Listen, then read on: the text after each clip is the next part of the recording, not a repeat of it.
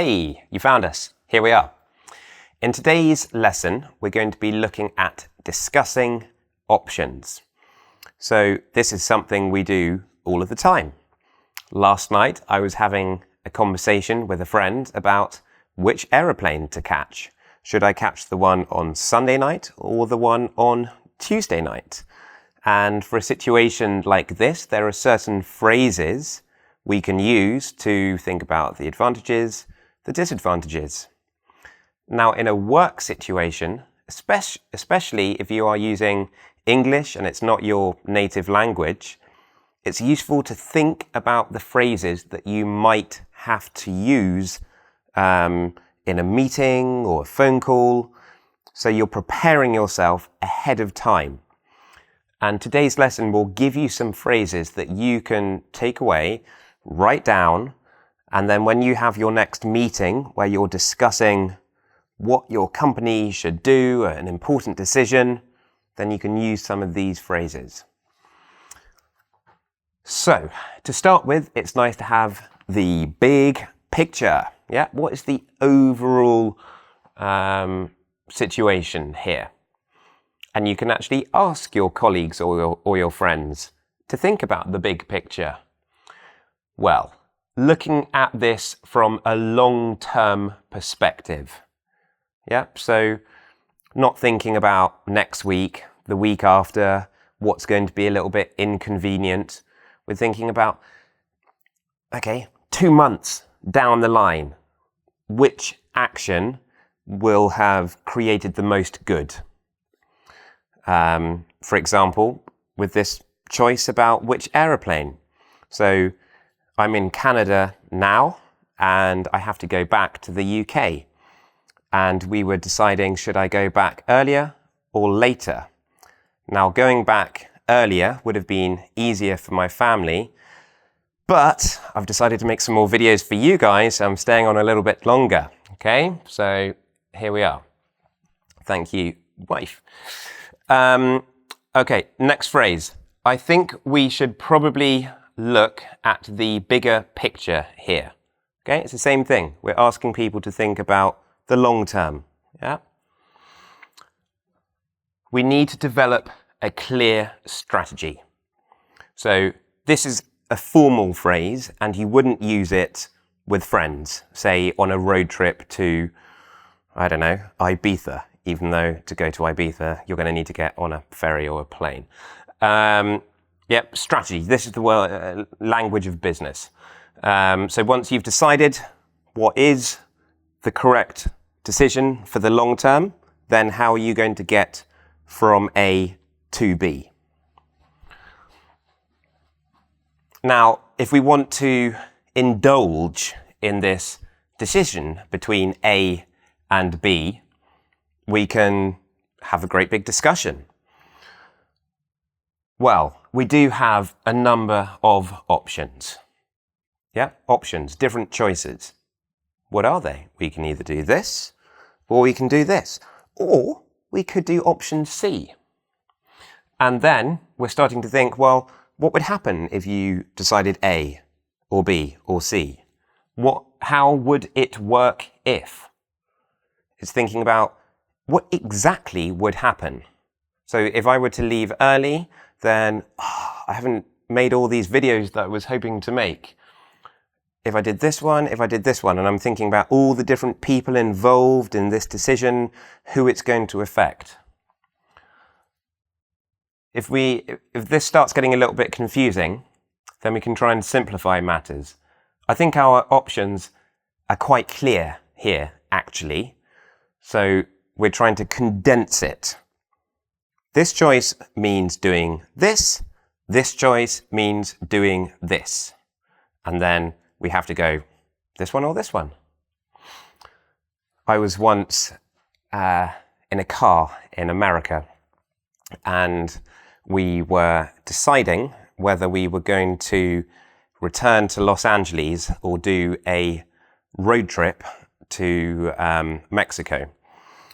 And we decided to flick a coin. So we flicked the coin and we'd spoken about all of this. Yeah, the coin is still up there. It's going to come down in a moment. We done all this, but we couldn't make our mind up. And it came down, and the choice was for going to the city, to Los Angeles. But I could tell from my wife's expression that that was not what she wanted to do. So the coin toss allowed me to make the decision that made her a little bit happier. Okay, moving on. There's no point doing this action if we can't. So there's no point going to Mexico if we don't visit such and such an amazing place. So now we're putting conditions on the choice. Realistically, do we have the budget for this? So here we're starting to go, okay, we like option A, going to Mexico, but how is this going to work? Where are we going to stay? How long is it for? What places do we want to see? Okay, I've got some more phrases for you. A little bit of magic. This here is like a secret weapon for incredible English. Adverb, adjective combos, short for combinations. So here we've got negative things. So we're trying to say, if we do option A, I just heard some thunder outside. This is going to happen. This is going to happen. It's going to be disastrous. Okay? So these are my negative ones. Look at the adjectives. Disastrous, worrying, damaging. I'm painting a picture in the other person's mind of bad stuff. Yep. But then here are the adverbs. So you could have any combination, potentially disastrous.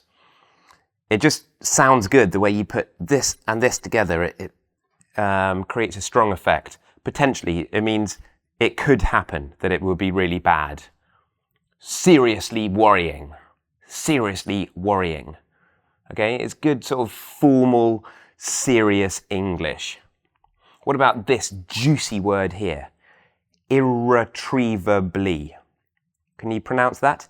Irretrievably. Irretrievably. Irretrievably.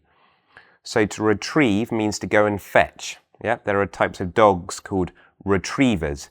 They fetch things. But we have the prefix, a negative prefix, meaning that it can't be got back, like you've gone over the edge to damage. So what kind of context could we use these in?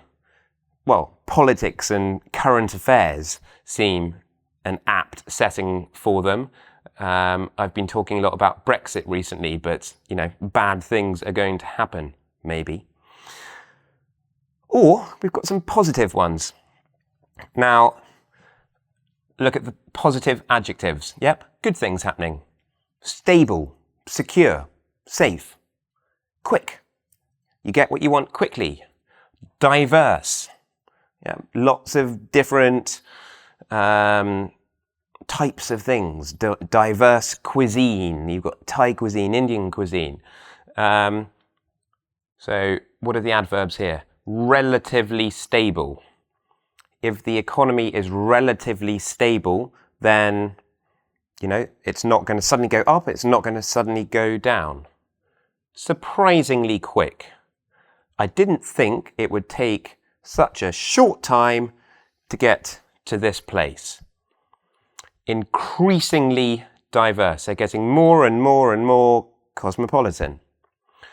Why have I put these in? Because putting in one of these phrases can really help you with your arguments of saying why A or B is better. Okay?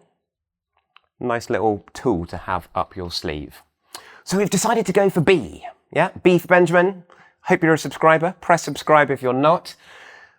I think we're in a really strong position here. Let's go back to this decision of going to Los Angeles or on the road trip down to Mexico.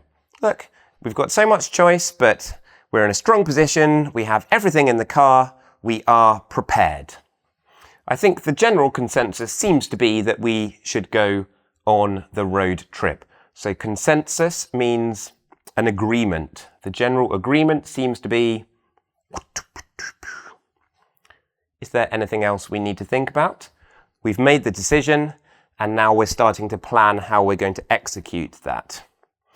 I've put thanks everyone because if this was a business context and you've been sitting around and discussing, it's a nice way of closing the meeting to say, okay, thanks very much everyone. Thank you for your contributions. Thank you for watching. If you would like to do the quiz now, see how much you can remember. And it's always a good idea when you're watching these videos to write down some vocab, have a booklet where you're writing it, and then look back again and again and again until you're using this stuff all the time. Especially with this is something you can play with. See if you can do some reading and spot any adverb-adjective combinations.